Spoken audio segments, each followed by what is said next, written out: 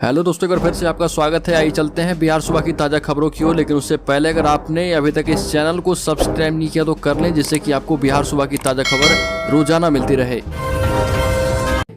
पहली बड़ी खबर, प्रशांत किशोर ने फिलहाल पार्टी बनाने की संभावना से इनकार किया है, लेकिन सभी राजनीतिक पार्टियां समझ रही है कि प्रशांत का टारगेट क्या है। उन्होंने लालू प्रसाद और नीतीश कुमार की 30 वर्षों की सरकार को भी कोसा और कहा कि इन दोनों के समय में शिक्षा और स्वास्थ्य चौपट हो गई है, युवाओं को रोजगार नहीं मिल रहा, बिहार अभी भी पिछड़ा हुआ है। इसी बहाने उन्होंने भाजपा को भी कटघरे में खड़ा किया। नीतीश कुमार के 7 निश्चय की समीक्षा करने की मांग भी उन्होंने की। कांग्रेस में वो ऐसा महत्वपूर्ण पद चाहते थे जिससे पूरी ताकत के साथ संचालन किया जा सके, लेकिन कांग्रेस ने उन्हें वो पद नहीं दिया। अगली खबर, गया जिले के 24 नहरों का कायाकल्प होने जा रहा है। इससे न केवल जिले को बल्कि जहानाबाद के भी कुछ प्रखंडों को लाभ होगा। इस काम पर 1 अरब 34 लाख रुपए खर्च होंगे। काम शुरू हो चुका है। कहीं नहर की खुदाई कराई जा रही तो कहीं सफाई तो कहीं मरम्मत तक का काम होगा। हालांकि जल संसाधन विभाग की ओर से काम शुरू कर दिया गया। इससे किसानों को सिंचाई में काफी लाभ मिलेगा।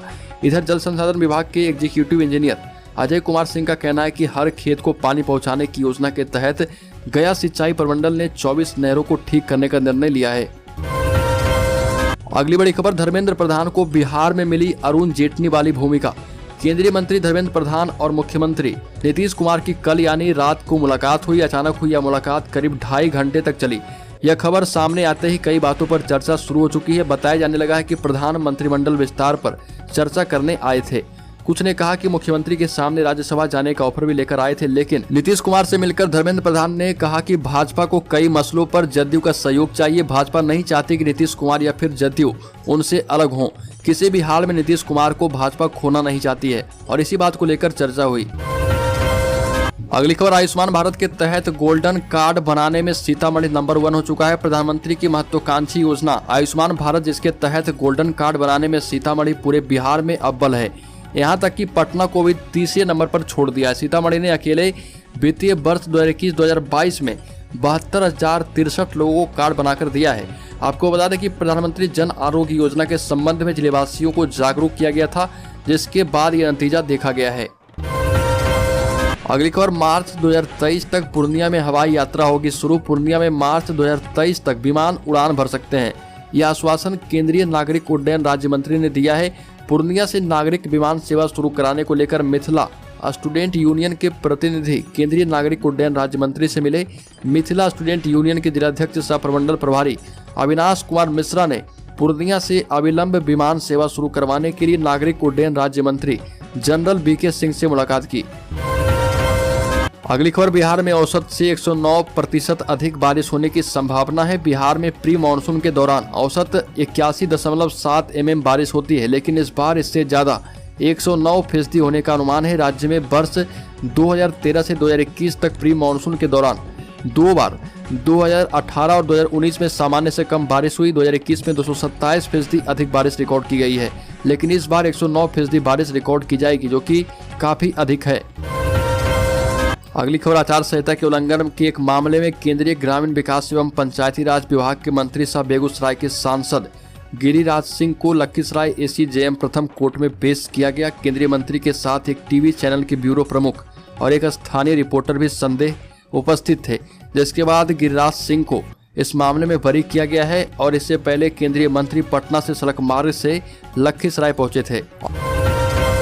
अगली खबर, विधि न्याय एवं गन्ना उद्योग मंत्री प्रमोद कुमार ने कहा कि बिहार में मठ मंदिर की संपत्ति का मालिक स्वयं आराध्य देव होंगे और उनके नाम से ही सभी जमीन की जाएगी। यह सुप्रीम कोर्ट का आदेश है कि भगवान के नाम पर ही जमीन होगी।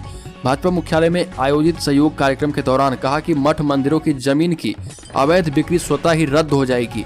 वो जमीन बिकेगी ही नहीं, क्योंकि उसे भगवान के नाम पर कर दिया जाएगा।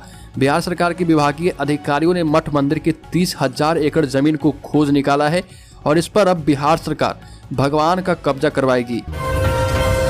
अगली खबर, बिहार में और भी बेहतर होगी पुलिसिंग। मुख्यालय स्तर पर परखे जाएंगे काम। DGP विभिन्न बिंदुओं पर CID के कार्यों की समीक्षा भी करेंगे।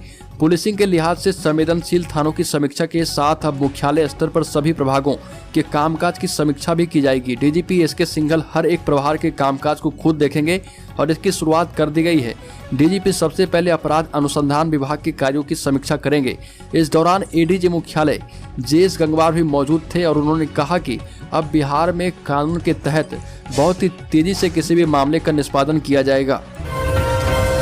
अगली खबर, बिहार में उद्योगों के लिए जमीन लेना अब होगा और भी आसान। सभी डीएम को सरकार का निर्देश दिया गया है। खेती की जमीन पर उद्योग लगाने के रास्ते में आ रही एक बड़ी बाधा को सरकार दूर करने जा रही है।